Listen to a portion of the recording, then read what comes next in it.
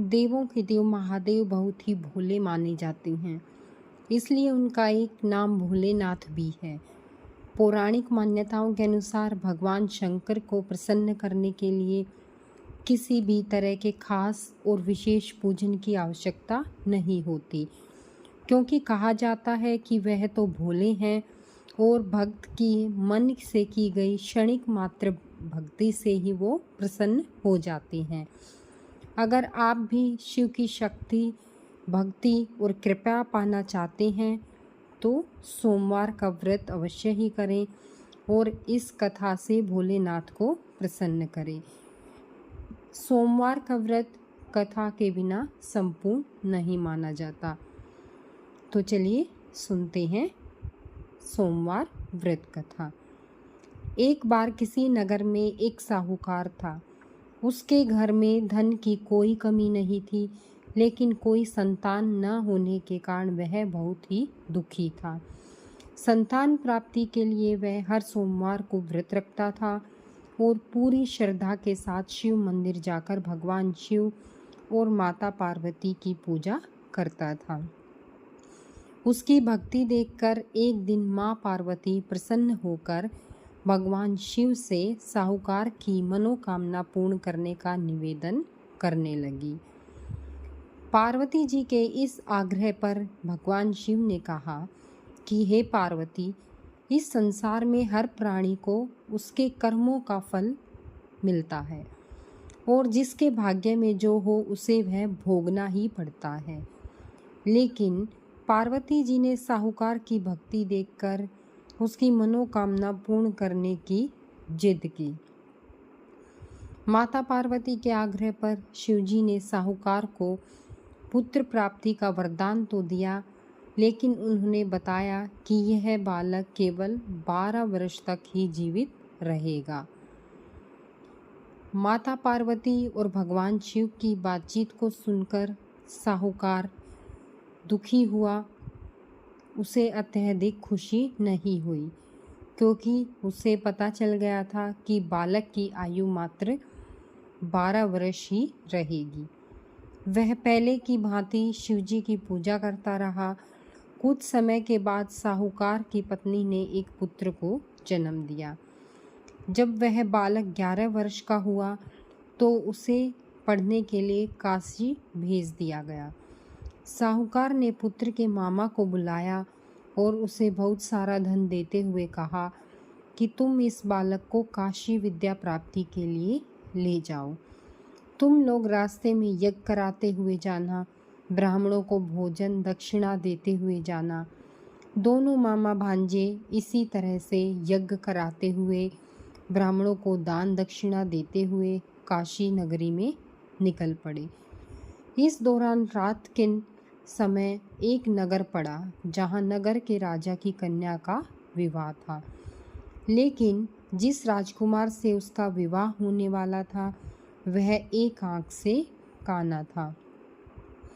राजकुमार के पिता ने अपने पुत्र के काना होने की बात को छुपाने के लिए एक तरकीब सोची कि क्यों न उसे साहूकार के पुत्र को दूल्हा बनाकर राजकुमारी से विवाह करवा दूं।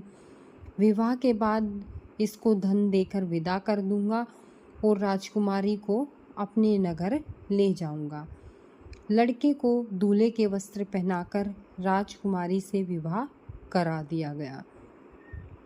साहूकार का पुत्र ईमानदार था, उसे यह बात सही नहीं लगी, इसलिए उसने अवसर पाकर राजकुमारी के दुपट्टे पर लिखा कि तुम्हारा विवाह तो मेरे साथ हुआ है, लेकिन जिस राजकुमार के साथ तुम्हें भेजा जाएगा वह एक आंख से काना है।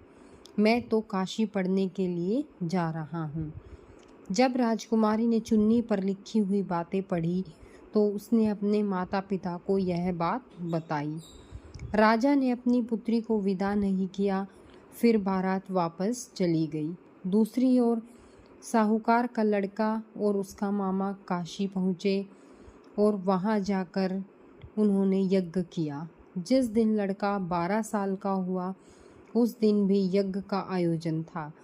लड़के ने अपने मामा से कहा कि मेरी तबीयत कुछ ठीक नहीं है। मामा ने कहा कि तुम अंदर जाकर आराम कर लो। शिवजी के वरदान के अनुसार कुछ ही देर में उस बालक के प्राण निकल गए। मृत भांजे को देखकर उसके मामा ने विलाप करना शुरू कर दिया। संयोगवश उसी समय शिवजी और माता पार्वती उधर से जा रही थी। पार्वती माता ने भोलेनाथ से कहा, स्वामी, मुझे किसी के रोने का आभास हो रहा है और मुझसे यह स्वर सहन नहीं हो पा रहा। आप इस व्यक्ति के कष्ट को दूर कीजिए। जब शिवजी मृत बालक के समीप गए तो वह बोले कि यह उसी साहूकार का पुत्र है जिसे मैंने 12 वर्ष की आयु का वरदान दिया था। अब इसकी आयु पूरी हो चुकी है।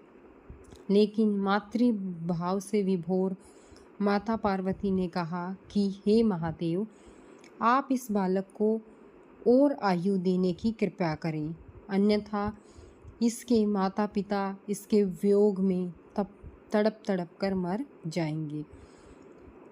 भोलेनाथ, इस पर दया कीजिए और इस बालक के प्राण वापस कर दीजिए।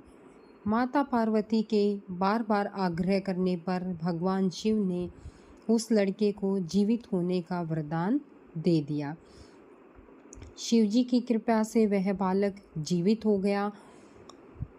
शिक्षा पूरी करके अब लड़का मामा के साथ अपने घर की ओर वापस चल दिया। दोनों चलते हुए उसी नगर में पहुँचे जहाँ उसका विवाह राजकुमारी से कराया गया था। उस नगर में भी उन्होंने यज्ञ का आयोजन किया। उस लड़के के ससुर ने उसे पहचान लिया और महल में ले जाकर उसकी खातिरदारी की और अपनी पुत्री को उसके साथ विदा कर दिया। इधर साहूकार और उसकी पत्नी भूखे प्यासे रहकर बेटे की प्रतीक्षा कर रहे थे। उन्होंने प्रण ले रखा था कि यदि उन्हें अपने बेटे की मृत्यु का समाचार मिला तो वह भी प्राण त्याग देंगे। किंतु अपने बेटे के जीवित होने का समाचार पाकर वे बेहद प्रसन्न हुए। उसी रात भगवान शिव ने साहूकार के सपने में आकर कहा, हे श्रेष्ठी, मैंने तेरे सोमवार के व्रत करने और व्रत कथा सुनने से प्रसन्न होकर तेरे पुत्र को लंबी आयु प्रदान की है।